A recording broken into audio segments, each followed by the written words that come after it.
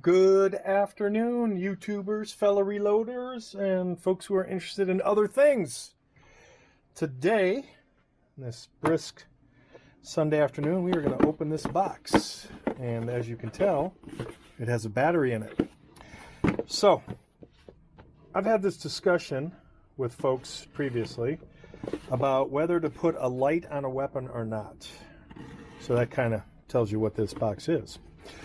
And the discussion for me is around home defense. So, and hopefully that's what's in this box, home defense. The discussion centers around I would never put a light on a pistol. That's just me. And I realize people love to do that. And I think lights on pistols are just big gaudy instruments. Lasers, similar thing, but I'll leave that one alone.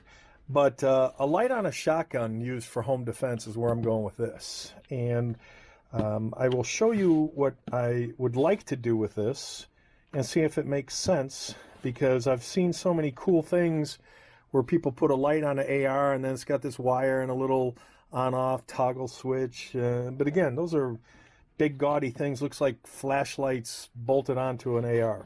So I went looking and I found this.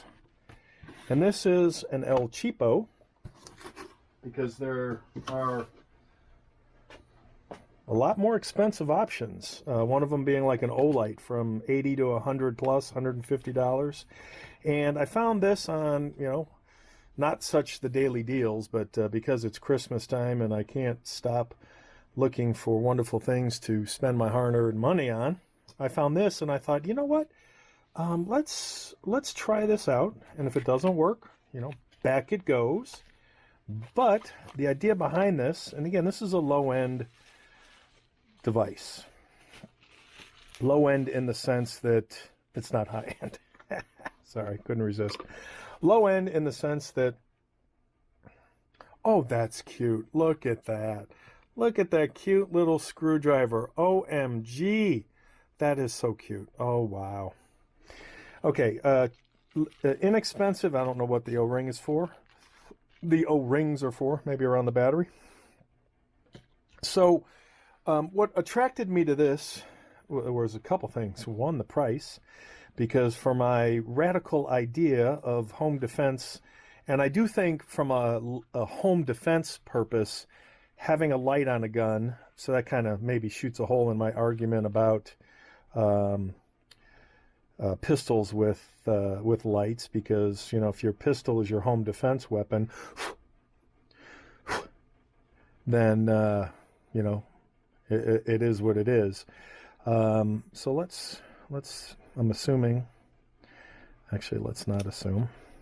So this is not a rechargeable battery. I think it's a CR123. It looks kind of big. Yep, it is a CR123A, and maybe it's time to pick up and there's the O-ring. Maybe it's time to pick up a rechargeable C123A. I don't even know if they make rechargeable C123As, but again, what drew me to this initially was the price, as well as the compactness. I mean, for what it is, and this is only 600 looms. And I've seen others that are much higher. But what I liked about this was where the on-off is. And these are not paddle on-offs, they're buttons. And and I'm not familiar with these kind of lights. So one, this is not something that I would put on a handgun, because this, to me, is perfect for what I'm going to try and do. And obviously the directions, which I didn't even bother to look at, because I think there's a way to make it strobe too. So let's see. Adjustable rail clamp, and apparently you're only supposed to use one of these 3 slots with the screw. So you use the screw for one, not you don't need more than 3. And it shows obviously a pistol.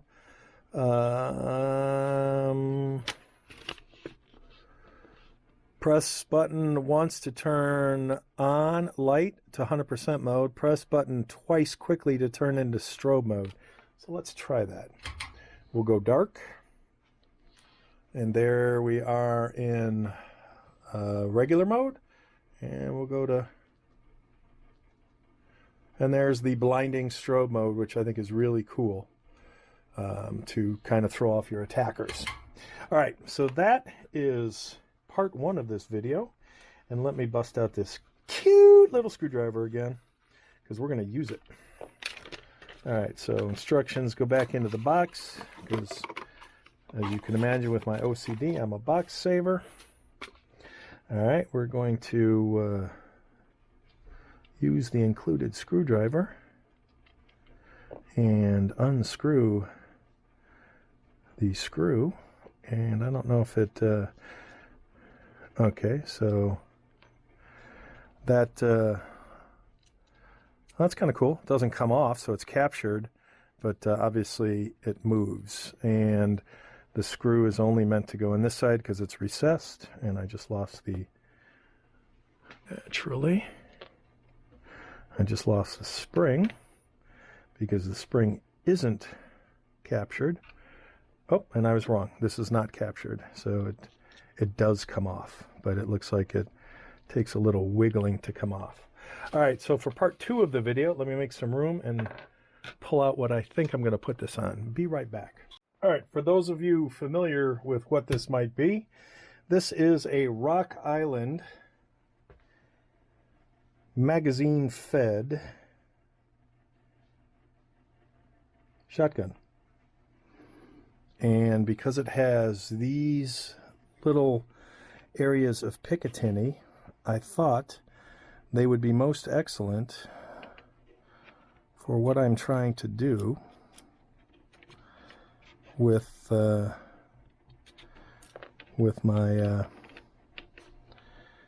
attempt here.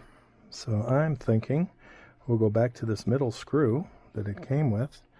That middle screw will go right there, which it looks like it fits. And obviously it's a little harder to do because the camera is right in the middle of the way. So I'm going to do some braille.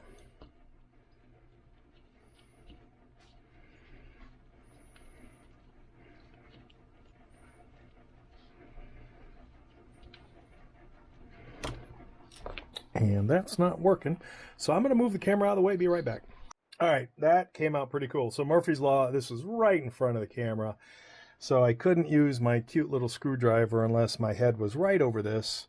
But as you can see, that's a pretty tight little package in terms of having something on the end of the weapon, of the shotgun, without being too intrusive, and not having this giant flashlight thing with wires and then a band so that I could tap it. So what drew me to this, again, was its size, and for this particular one, its price and features, because the way I have this configured is this is where I would hold it, and this is how I would hold it. So I am a thumb touch away from flicking that on.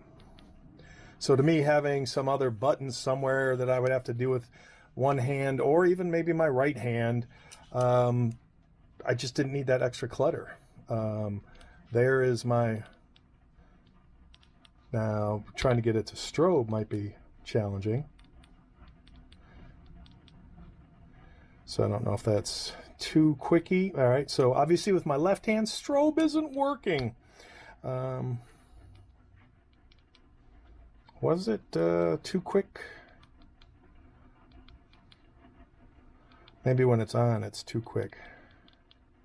All right, so I'm gonna have to even rewatch my video to see what strobe is. But to go back into darkness, to be able to hold this and my thumb just naturally comes up to that button, that's kind of cool, and it emits enough light that you know, from a shotgun home defense point of view, I would say that that's good stuff. So, and it's gncomm from our folks at the Rainforest, and that light was 20 bucks. So for 20 bucks, that gave me exactly what I'm looking for.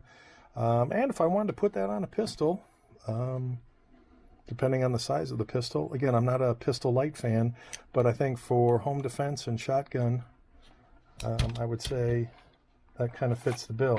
All right, let's reread the instructions on strobe.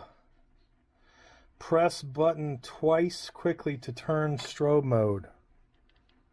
All right, so obviously I can do that with my right hand quickly. And I guess it just takes practice to get that into strobe mode with the left hand. But like I said, the win for me is this is where I naturally hold this, and I would probably hold it over the picatinny like that. So to be able to go right over to the on-off button, I think that is pretty cool.